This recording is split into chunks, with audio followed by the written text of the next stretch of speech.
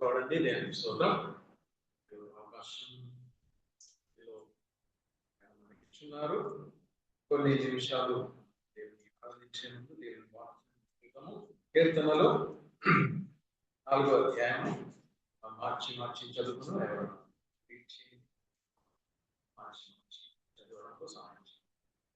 నా నీతికి ఆధారము దేవా, నేను మొరపెట్టినప్పుడు నాకు ఉత్తరమేము. చేసిన వాడవు నీవే, నన్ను కరుణించి నా ప్రార్థనను అంగీకరించును.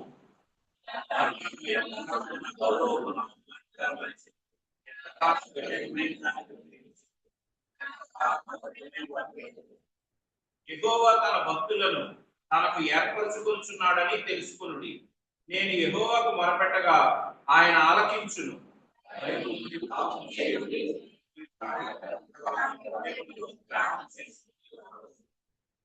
నీతియుక్తమైన బలులు అర్పించుచు యెహోవాను నమ్ముకొనుడి.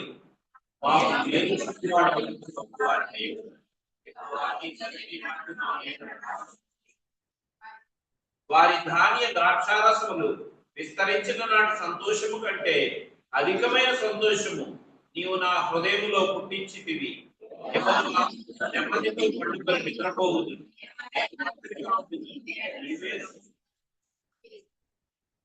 చదివిన భాగంలో కొన్ని విషయాలు మనం ధ్యానం చేసుకున్నాము.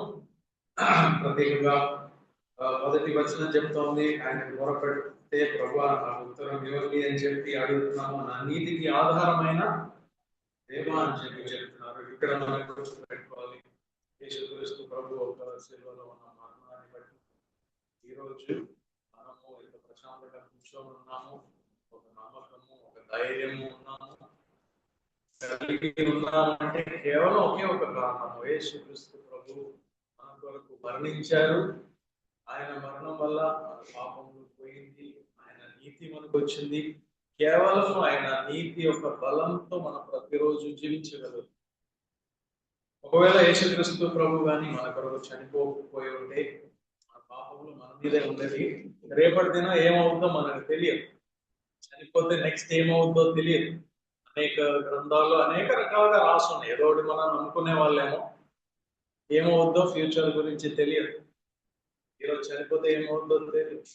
కేవలం యేసుక్రీస్తు ప్రభు ఒక గొప్ప త్యాగం వల్ల, ఈ గొప్ప కార్యం వల్ల, కేవలం విశ్వసించడం వల్ల నీతిమంతులుగా తీర్చబడుతుంది.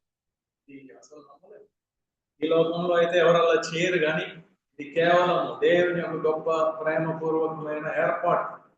ఇది మనం అంగీకరించాలి. ఆయన మన నీతికి ఆధారమై ఉన్నారు. ఆయన్ని నమ్ముకున్నాం గనుక, ఆయన నీతి మనకు వచ్చింది కనుక, మన నీతిమంతులుగా తీర్చబడ్డాం గనుక. ఇక్కడ ఇంకో విషయం గుర్తుపెట్టుకుంటాం, పాపం చేయని వారు ఎవరూ లేరు. అందరం పాపం చేసాం. దేవుణ్ణి నిజంగానే అడిగితే వీళ్ళ సంగతి ఏంటి అని అడిగితే అందరి విషయం ఎన్నో పాపాలు చెప్పగలుగుతారు దేవుడు. మనం చేసాము, చేస్తాము, ఇంకా చేస్తామేమో కూడా ఇంకా అని అదే చేసుకుంటూ ఉండకూడదు. దేవుడు మనకి మీరు ఏం చేసినానో ఎప్పుడైతే నా ముందు వచ్చి మారు మనసుతో స్వీకరిస్తారో, పాపాలు ఒప్పుకుంటారో, వెంటనే ఒక నిమిషం ఆలస్యం లేదు క్షమించేస్తున్నారు. ఇది దేవుని గొప్ప ఏర్పాటు. ఆయన ఎదుట నీతిమంతులుగా ఉండడం అసాధ్యం. ఆయన మనకి ఏదో మీరు నీతిమంతులు అని చెప్తున్నారు కనుక నేను నీతిమంతులు, అంతే తప్పించి నాకు వేరే ఏ అర్హత కూడా లేదు.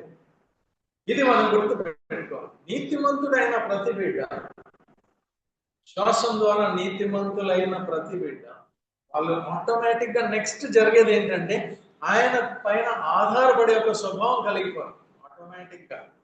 వాళ్ళు చాలా మంది బిజీగా ఉంటాము, టైం లేదు, ఇంటి పనులు, వంట పనులు, బయట పనులు, బిజీ అండి అంటాం. కానీ ప్రార్థన చేసుకునే ఒక సమయం మనకు ఒకవేళ లేకుంటే దాని అర్థం మరి ఏ విధంగా మనము దాన్ని తీసుకోవచ్చో తెలియదు. 5 నిమిషాలన్న ప్రార్థన మనం చేసుకోవాలి. దినమంతా ప్రార్థన చేసుకుంటూ ఉండాలి. మన హృదయంలో పనులలో బిజీగా ఉంటాం, కానీ అక్కడక్కడ అసలు బ్రేక్ తీసుకోకుండా ఉండట్లేదు కదా ఎవరు కూడా. అందరు పనులు చేస్తున్నారు. మొబైల్ చూడడానికి బ్రేక్ తీసుకుంటాము, కొంచెం రిలాక్స్ అవడానికి అప్పుడప్పుడు సెలవు పెట్టేసి ఎక్కడో వెళ్ళిపోతాము. ఇవన్నీ చేయడానికి బ్రేక్ కొరకు మన లోక సంబంధమైన ఒక సంతోషము తాత్కాలికమైన జస్ట్ లైక్ ఆల్కహాల్ మత్తు కలిగి కొద్దిసేపు రిలీఫ్ ఇస్తుంది. కానీ పర్మనెంట్ గా మీ బాధలు మీ కష్టాలు అలాగే ఉంటాయి.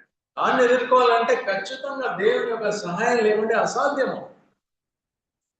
సో ప్రార్థన అనేది ఒక న్యాచురల్ గా మనకు వచ్చే ఒక ఇదుపై ఉండాలి. ఎలా అయితే చిన్నపిల్లలు వాళ్ళకి ఏమైనా అవసరం అంటే వాళ్ళు చేసుకోరండి. ఎక్కడ పరిగెత్తారండి? మీ దగ్గర వెళ్తారో డాడీ దగ్గర ఎవరు పనికి వస్తారో చూస్తారో ఆ సందర్భాన్ని బట్టి వాళ్ళ దగ్గరికి వెళ్ళిపోతారు ఫస్ట్. అదే విధంగా మనకేమన్నా ఇబ్బంది కలిగినప్పుడు, ఇబ్బందే కాదు, ఇప్పుడు వాళ్ళతో ఉండాలని అనుకుంటాం, ఏమైనా ఇబ్బంది కలిగినప్పుడు వెంటనే ఫస్ట్ వాళ్ళనే అడుగుతాం. కానీ మన పెద్దోళ్ళు అయ్యేటువంటి తెలివితేటలు, సొంత తెలుసులే అనే ఒక కాన్ఫిడెన్స్ లో మనము దేవుడి నుంచి దూరం అవుతాం. అలా ఉండకుండా దేవుడి చేత రక్షించబడి నేచురల్ గా ఆధారపడడం కూడా నేర్చుకుంటాం. ప్రార్థన అంటే గంటలు గంటలు ఆయన ముందు కూర్చోవాలని ఎక్కడా రూల్ లేదండి. యేసుక్రీస్తు ప్రభుని ఒకసారి ఆయన శిష్యులు అడిగారు ఎలాంటి ప్రార్థన చేయాలంటే చాలా సింపుల్ గా తేల్చేశారు. 4-5 మాటల్లోనే తేల్చేశారు. ఆ 4-5 మాటల్లో మొత్తం ప్రార్థన మనం ఏమేం చేయాలి, ఏమేం చేయగలుగుతాం అన్ని కూడా దాంట్లో వచ్చేసింది. చాలా సింపుల్. విశ్వాసం కూడా అంతే సింపుల్, మనం అనుకున్నంత కాంప్లికేటెడ్ కాదు. ఎన్నో ఆచార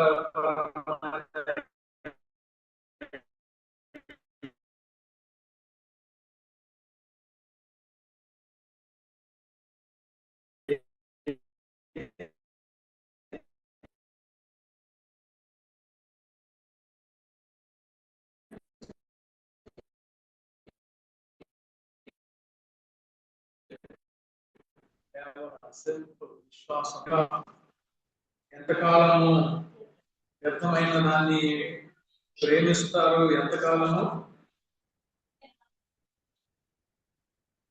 ఎంతకాలము అది వెతుకుతారు, అబద్ధం అనే దాన్ని వెతుకుతారు అనేది. చాలాసార్లు మన స్నేహితులు మన చుట్టూ ఉన్న వాళ్ళందరూ కూడా వ్యర్థమైన పనుల్లో బిజీగా ఉంటారు. గాడీలు చెప్పుకోవడము, కబుర్లు చెప్పుకోవడము, ఆ పనులు చేయడం, ఈ పనులు చేయడం, సినిమాలకు వెళ్తారు, షికారులకు వెళ్తారు, షాపింగ్కి వెళ్తారు.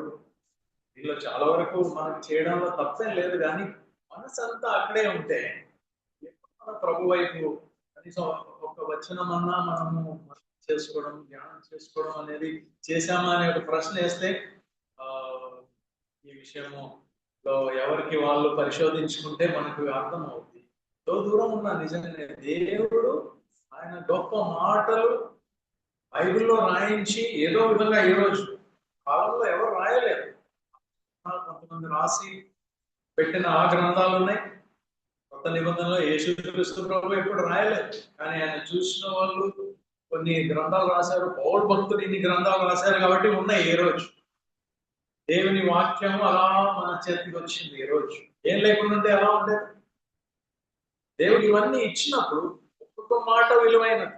యేసుక్రీస్తు సొంత మాటల్లో మనం చూస్తే ఆయన ఏమన్నారు? మనుషుడు రొట్టె వల్ల కాదు కానీ దేవుని నోట నుండి వచ్చే ప్రతి మాట ఎవ్రీ వర్డ్. కొన్ని ఎగ్గొట్టేసి కాదు, మనకి ఈజీగా ఉన్నది చేయడం, మిగతా మానేయడం అని కాదు. ప్రతి మాట ప్రకారం జీవించాలి అని చెప్పి ఆయన చెప్పారు. ఇంకో చోట ఆయన అన్నారు, అది నాకు ఆహారము. దేవుని వాక్యము, దేవుని పని చేయడమే నాకు ఆహారం. సో ఇది మనం చూసినప్పుడు ప్రార్థన మనం చేసుకోవడం, దేవుని వాక్యం చదువుకోవడము, ఇది మనము ఒక అలవాటు చేసుకోవాలి. వ్యర్థమైన వాటి గురించి మనం ఎక్కువ పరిగెత్తకూడదు. తర్వాత 3వ వచనము, తన భక్తుల్ని ఆయన కొరకు ఏర్పరుచుకున్నారు, మరొకటిగా ఆయన ఆలగిస్తారు. మనం అర్థం చేసుకోవాలి. ఈ లోకంలో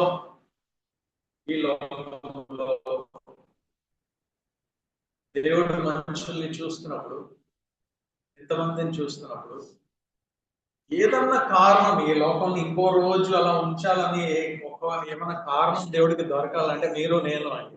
యేసుక్రీస్తు ప్రభుని నమ్ముకున్న బిడ్డలే అక్కడక్కడ వెలుగుగా ఆయన కనిపిస్తూ ఉంటారు. చీకట్లో ఉన్న రాత్రి వేళ ఆకాశంలో నక్షత్రాలు చూసినప్పుడు చాలా కనిపిస్తాయి. నక్షత్రాలు లేకుంటే ఏమవుతుందండి? మొత్తం చీకటి నుంచి ఉపయోగం ఏంటంటే ఏం ఉపయోగం లేదు. అలాగే దేవుడు మనుషుల్ని చూసినప్పుడు అందరు కూడా పాపం చేసి ఏకంగా కట్టగలుపుకొని వ్యర్థులైపోయారు, వేస్ట్. ఆయనకి దేనికి పనికిరాని వ్యక్తులుగా అయ్యారు. తరతరాల నుంచి లోకంలో ఎన్నో కోట్ల మంది ఉన్నారు. అక్కడక్కడ ఒకరో ఇద్దరు వ్యక్తుల్ని బట్టి ఆయన ఇంకా కూడా ఈ లోకాన్ని అలా ఉంచారు. పాతకాలం నుంచి చూస్తే నోవాహు, అబ్రహాం, ఇంకా తర్వాత మోసే, ఇంకా తర్వాత దానియేలు, ఇలాంటి కొంతమంది అక్కడక్కడ ఉంచుకోండి. మనకు పనికిరాని ఒక వస్తువులో కొంచెం ఉపయోగం ఉంటే అరే ఇది వేస్ట్ అనుకుంటాం. మొబైల్ ఫోన్ ఉందనుకోండి, దానిలో మాట్లాడడానికి కుదురుతానంటే ఇంకేం కుదరట్లేదండి, అన్ని పాడైపోయినాయి అన్నారు అనుకోండి, వేరే కొత్త మొబైల్ కొనుక్కుంటారు. ఎందుకంటే చాలా ఉపయోగాలనే ఇది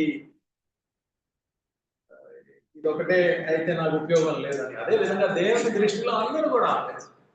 కానీ పాత నిబంధన నుంచి ఒకరో ఇద్దరు బట్టి దేవుడు అలా ఉంచారు. ఈ రోజు యేసుక్రీస్తు ప్రభుని నమ్ముకున్న మీరు, నేను, అందరం కూడా ఆయనకి చాలా విలువైన వ్యక్తులుగా జ్యోతుల వలె లోకంలో ఉన్నారు.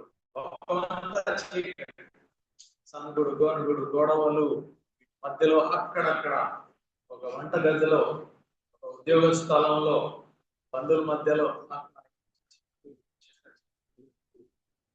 పద్ధతులు వేరుగా ఉంటాయి. మిగతా వాళ్ళు మనల్ని అపహాసం చేస్తారు, పట్టించుకోకండి వాళ్ళ గురించి. మనము దేవుని ఎదుట జీవించాలి, దేవుని ఎదుట నిల్చోవాలి. మనుషుల్ని సంతోష పెట్టడానికి చూస్తే ఆయనకు ఒకలా కావాలి, ఈయనకు ఒకలా కావాలి, ఈవిడికి ఒకలా కావాలి, ఆయనకు ఒకలా కావాలి, అందరినీ సంతోష పెట్టడానికి తిరిగితే మనకు అవ్వదు. అందరినీ పక్కన పెట్టేసి దేవుని మీరు సంతోష పెట్టారు అనుకోండి, అందరినీ సంతోష పెట్టలేము, కానీ దేవుని బిడ్డలు సంతోషపడతారు, దేవుడు సంతోషపడతారు. దేవుని బిడ్డలకి మాదిరికరంగా ఉంటాము మనం. ఆయన ఎదుట మనం నిల్చోవాలి. ఆయన ఎదుట ప్రతిరోజు మనం అడగాల్సిన ప్రశ్న ఆయన ఉంటుంది, ప్రభువా నీ ఎదుట నేను సరిగా ఉన్నానా లేదా? ఇది ఒకటే. ఆయన ఏమనుకున్నారు, ఆవిడేమనుకున్నారు, పిల్లలు ఏమనుకున్నారు, సంబంధం లేదు. దేవుడు ఎదుట తిన్నగా ఉంటే మిగతా అంతా కూడా ఆటోమేటిక్ గా సెట్ అయిపోతుంది.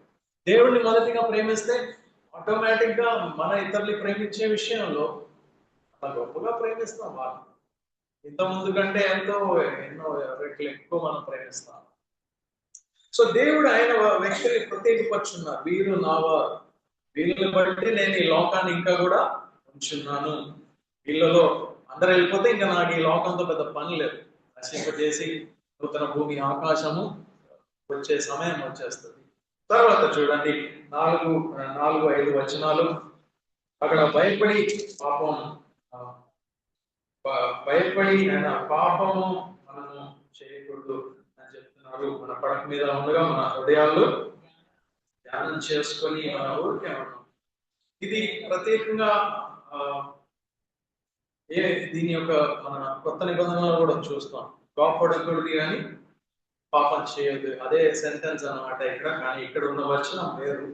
అంటే చాలాసార్లు మన అన్నదినంలో, మన జీవిత యాత్రలో అన్ని పనులు చేసుకొని చాలా మందికి నిద్రపడకపోవడానికి రకరకాల కారణాలు ఉన్నాయి. కానీ ఒక కారణము, వాళ్ళు నన్ను ఏదో అనేశారు, ఆ ఇంట్లో తిరుగుతూ ఉంటారు, వాడు అలా చేశారు, రేపు వాడు చెప్పాలి, కొంచెం సెట్ చేయాలి. అది అంత దారుణంగా చెప్పకపోవచ్చు, కానీ మైండ్ లో ఏదో తిరుగుతుంది. వాడు అలా ఎందుకు అన్నారండి, నేను వాళ్ళకి ఏం తప్పు చేశానండి, గ్రైండర్ లా జరుగుతూ ఉంటుంది లోపల. దేవుడు మనకి చక్కటి మాటలు నేర్పించారండి. మనుషుల్ని క్షమించేయండి అని చెప్పి క్షమించేయండి. ఎవరు మనకి క్షమించకుండా మనము ఎవరిని నేను క్షమించని ఒక వ్యక్తి కూడా మనకి ఆ మైండ్ లో ఉండకూడదు. డైరెక్ట్ గా మిమ్మల్ని అడిగారు అనుకో, లేదండి నాకెవరు లేరు అంటారు, ఖచ్చితంగా అంటారు. కానీ ఎక్కడో మైండ్ లో 10-20 లిస్ట్ లో జనాలు ఉంటారు. చిన్న అదొకటి వాళ్ళు ప్రయత్నించారు, ఇదొకటి చేశారు, అదొకటి చేశారు, మనసులో పెట్టుకోవాలి. చాలా మందికి నిద్రపోవడానికి కారణాలు మన మనస్సు మనం పవిత్రంగా ఉంచుకోవాలి. ఎవరు వ్యతిరేకంగా ఏది లేదు, నథింగ్ అగైన్స్ట్ ఎనీబడీ. ఒక వ్యక్తిని చూడగానే ఈ రోజు మొదటిసారి అతన్ని చూశాను అన్నట్లే ఉంటా. పాత ఫ్లాష్ బ్యాగ్లు ఏమి గుర్తు పెట్టుకోకూడదు. ముఖ్యంగా పడక మీద మనం పడుకున్నప్పుడు ఇవన్నీ ధ్యానం చేసుకో. నా మైండ్ లో ఎవరి గురించో తలంపు వస్తుంది. ఇది విషయం క్షమించేస్తాను. ఆయనతో ఏ కష్టం లేదు నాకు అవసరమైతే ప్రార్థన చేయండి. వాళ్ళు శపించుంటే మనం దీవించాలి. వాళ్ళని మనం ద్వేషిస్తున్నారు, ఖచ్చితంగా ద్వేషించి మనల్ని ఇబ్బంది పెడుతున్నారు, మనకు ఆఫీసులో వాళ్ళ పేరు చెడ్డగా అయిపోతుంది, ఏం పర్వాలేదు. ప్రేమించాలి, మేలు చేయడానికి చూడాలి. అవసరం ఉన్నప్పుడు ఒక అవకాశం వచ్చినప్పుడు మేలు చేయాలి. ఒకటి తర్వాత ఒకటి దేవుని వచనాలు మనం తలుచుకుంటూ ఉంటే మైండ్ తెలిపాడు. పడక మంచి స్థలం, ఎవరు మనల్ని ఆ టైంలో డిస్టర్బ్ చేయరు కనుక మనకి మనమే ఉన్నాము. నిద్ర పట్టని సమయంలో కూడా ఇవన్నీ కూడా దేవుని వచనాలు ఒకటి తర్వాత ఒకటి మనము గుర్తు తెచ్చుకోవచ్చు. అండ్ దేవుని ఎదుట ఒక్కొక్కటి మన అది ఇక్కడ ఒక మాట రాసింది, నీతియుక్తమైన బలులు. ఏం బలులు దేవుడు కోరుకుంటారంటే ఈ రోజు మన దగ్గర నుంచి ఎద్దులు గొర్రెలు పట్టుకోరమ్మంటున్నారా? ఆ కాలం పోయింది. వధించబడి ఉన్నారు. ఇక అవన్నీ ఏం అవసరం లేదండి. ఆయన మన కొరకు ఆయన త్యాగం చేసి ఒక నిత్యమైన ఒక యాజకుడుగా ఈ రోజు మన కొరకు మన పక్షంలో పైన ఉన్నారు అన్నమాట. ఒక యాజకుడుగా ఆయన ఉన్నారు. ఇది మనకు ఉండగా ఏ సమయంలో అయినా ఆయన అప్రోచ్ అవ్వచ్చు, ఏ సమయంలో అయినా ఆయన దగ్గరికి వెళ్ళి మన కష్టాలు చెప్పుకోవచ్చు, ఏ సమయంలో మన విజ్ఞాపన కొరకు మనము ప్రార్థన రిక్వెస్ట్ పెట్టవచ్చు. ఆయన అయితే మన కొరకు అక్కడ కంటిన్యూస్ గా అక్కడ ప్రార్థన చేస్తున్నారు, విజ్ఞాపన చేస్తూ ఉన్నారు. మనలో ఏ ఒక్కరు కూడా నశించిపోకూడదు అని చెప్పి ఆయన అక్కడ విజ్ఞాపన చేస్తాం. ఆయన బిడ్డల కొరకు, ఆయన వారి కొరకు ఆయన విజ్ఞాపన చేస్తాం. ఆయనకు కావాల్సిన అర్పణ బలులు కాదు. ఏం కావాలండి? ఆయనకి మనం కావాలి, మన ఆలోచనలు కావాలి, మన కళ్ళు ఆయనకు కావాలి, మన నోరు ఆయనకు కావాలి, మన చెవులు ఆయనకు కావాలి, మన చేతులు ఆయనకు కావాలి. చచ్చిపోయిన తర్వాత మన యాగం చేయడం కాదు, సజీవమైన యాగం. బ్రతుకుండగానే నా చెవులు ఏదో వినడానికి ఇష్టపడుతోంది, జాడీలు వాళ్ళ గురించి, వీళ్ళు మనకి నచ్చని ఒక వ్యక్తి గురించి ఏదో కొంతమంది అందిస్తూ ఉంటారు, వినడానికి ఇష్టం. కానీ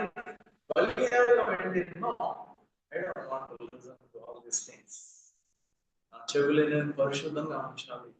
నా ప్రతి అవయవంలో ఆయన ముందు పరిశుద్ధంగా ఉంచి ఆయనకు అర్పించాలి.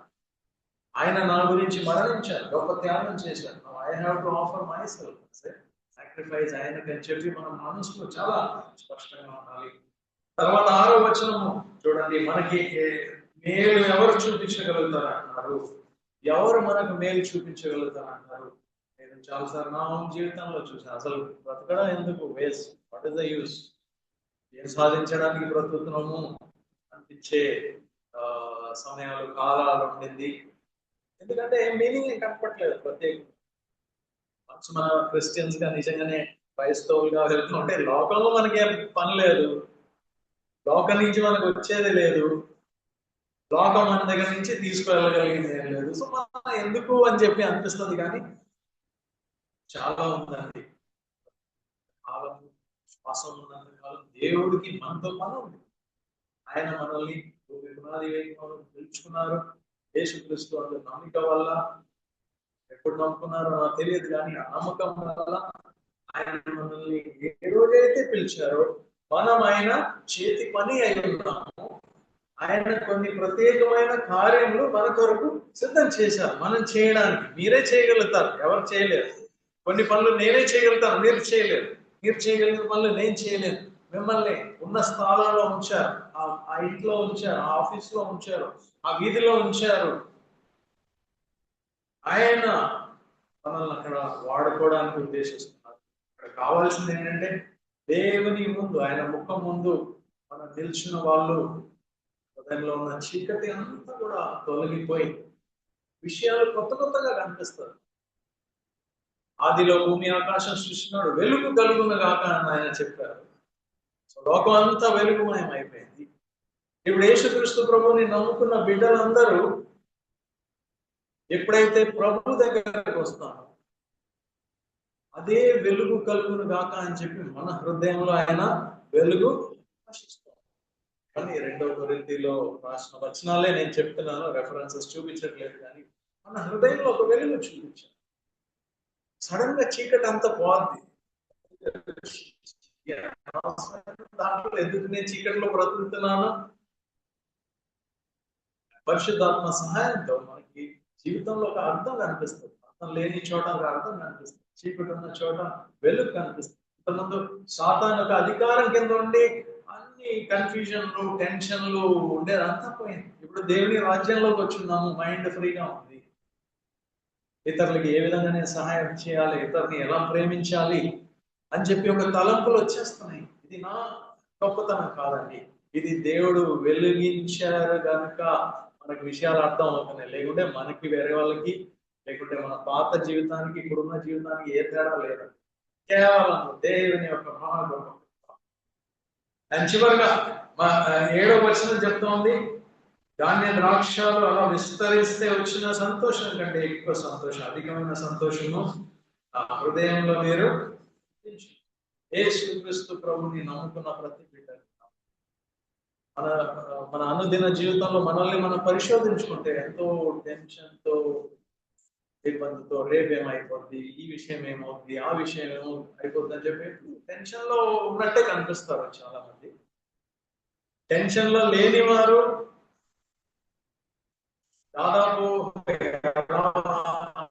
వాళ్ళు బాగా ఆరోగ్యం ఉన్న వాళ్ళు, వాళ్ళ ఫ్యామిలీ బాగున్న వాళ్ళు, ఇల్లులు ఉన్నాయి, అన్ని ఉన్నాయి, బ్యాంక్ లో బ్యాలెన్స్ ఉన్న వాళ్ళే టెన్షన్ లేకుండా ఉన్నట్టు అనిపిస్తారు. కానీ అదే ఏదో సాధించాలి, దీంతో అసలు అర్థం పడడం లేదు. దేవుడు నన్ను సాధించుకున్నాడు, అదే గ్రేట్. పట్టుకున్నారు, ఆయన నాకు, నేను ఆయనకు పనికి వస్తున్నాను, దేవుడు నాకు చాలా. మనకి పౌలు భక్తులు చెప్తున్నారు, మన ఎల్లప్పుడూ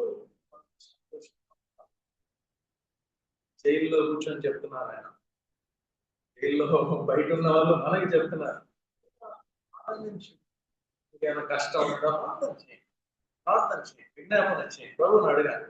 మీకేం కష్టం కలిగింది అడగండి ఆయన అడగంగానే ఇంకో పని కూడా చేయాలండి.